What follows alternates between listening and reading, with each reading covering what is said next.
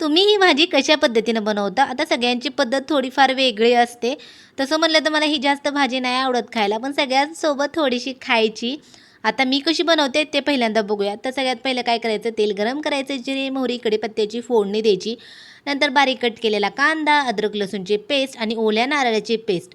तसं म्हटलं तर मी ओल्या नारळाची पेस्ट कधी टाकत नाही, पण झालं काय नारळ फोडला होता. आता नारळ होता, खाऊन-खाऊन तर किती खाणार, त्यामुळे मी त्याची पेस्ट केली आणि भाज्या करताना थोडी-थोडी टाकत असते.